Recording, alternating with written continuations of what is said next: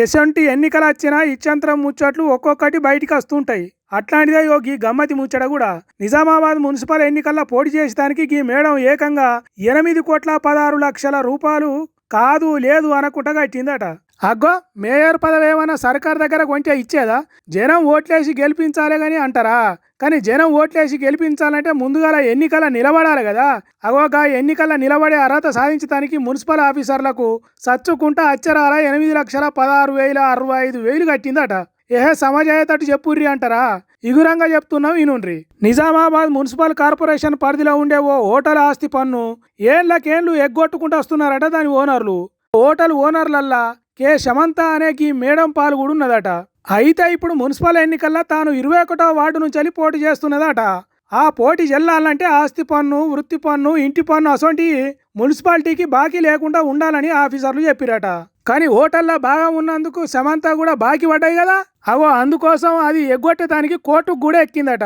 అటు వాళ్ళయి ఇటు వీళ్ళయి వాదన నిన్న కోర్టు తప్పకుండా ఆస్తి పన్ను ఇయ్యాల్సిందే, ఏ తీరుగా చూసినా మీరు కట్టాల్సిందే అని చెప్పిందట.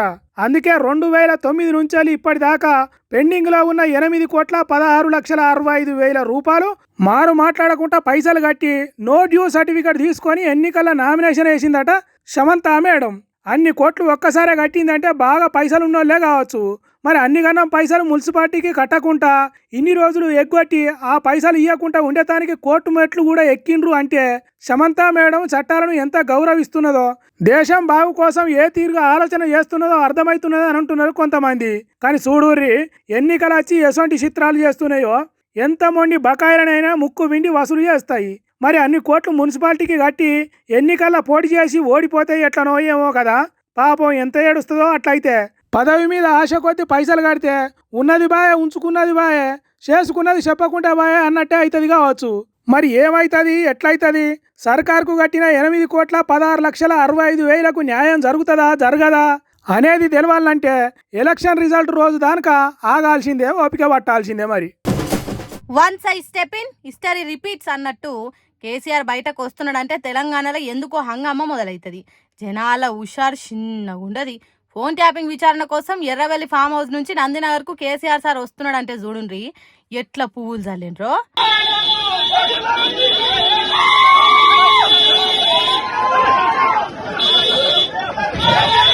కేసీఆర్ ను చూసే వరకు ఆటోమేటిక్ గా చేతులు పైకి లేచి దండాలు పెడుతున్నారు జనాలు. పూలదండలు చేతుల పట్టుకుని ఎదురు చూసిండ్రు. సార్ను చూడంగానే గులాబీ పువ్వుల వాన కురిపించిండ్రు. కేసీఆర్ వచ్చిపోయే దారి పొడుగుత జేజేలు కొట్టిండ్రు. చూడుండ్రు ఎట్లున్నదో కేసీఆర్ మీద అభిమానము. పొజిషన్ అయినా ఆపోజిషన్ అయినా కేసీఆర్ రాజసం తగ్గలేదు, నాయకత్వం వన్నే అస్సలే తగ్గలేదు. కేసీఆర్ అంటే పేరు కాదు, అదొక ఎమోషన్ తెలంగాణ పబ్లిక్.